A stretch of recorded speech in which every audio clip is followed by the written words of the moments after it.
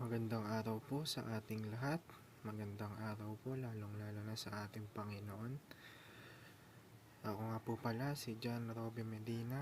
Ngayong araw po, January 6, 2025, araw ng Lunes, ay samahan ninyo akong pag-aralan at unawain ang mga salita ng ating Panginoon. Ang pamagat po ng ating devotion ngayong araw ay may guardian angels ba tayo? Angel. At ang paksa po natin ay magmumula sa Hebrews chapter 1 verse 14. Sinasabi rito, "Are not all angels ministering spirits sent to serve those who will inherit salvation?" O sa Tagalog naman po, ano ang mga anghel kung ganoon? Sila'y mga espiritong naglilingkod sa Diyos at mga isinugo upang tumulong sa mga magkakamit ng kaligtasan. At mapunta naman po tayo sa ating katuruan ngayong araw. Unang-una, believers do not have guardian angels. Sa ikalawa naman po, believers are higher than angels. At sa ikatlo tuli, believers are being ministered by angels. At ang parang sinasabi lang po dito, or ang pinaka pinatutungkulan ng ating katuruan ngayong araw ay tayong mga mananampalataya dapat hindi natin tinitingnan yung angels bilang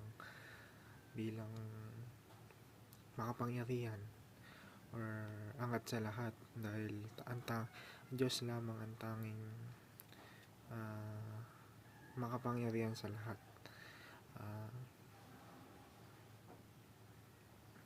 Tsaka sabi dito, believers do not have guardian angels. Tayong mga mananampalataya, wala tayong guardian angels kasi parang parang pare-pareho lang tayong servant ng ating Panginoon. Yun po yung pinatutungkulan ng katuruan ngayong araw. At para naman po sa ating applications, treat angels as servant of God. Yun nga po, kaya nga sabi ko kanina,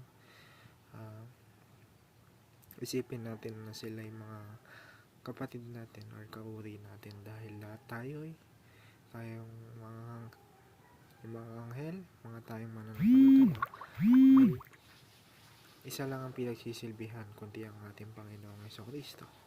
Parang kapatid or ka-workmate, parang ganun po yung nais patungkulan nitong ating application ngayong araw. Sa ikalawa, do not fear fallen angels or demons. At sa ikatlo, pray to God often and directly. Yun nga, huwag tayong magdasal sa mga anghel dahil sila ay mga mananampalataya din katulad natin. Kumaga, pag magdadasal tayo, laging rekta sa ating Panginoon Diyos. Para naman po sa ating prayer, Heavenly Father, thank you for your love and care for me. I am amazed that you have made me a part of your family and have given me a place higher than angels. I am grateful for how you use angels to minister to us and fulfill your purposes. Help me to always see them as your servants, always ready to do your will. I trust in your power and protection, even against fallen angels and demons. Remind me to come directly to you in prayer, knowing that you hear me and care for me deeply. In Jesus' name, Amen. Yun lamang po. Maraming salamat po sa inyong lahat. God bless us all.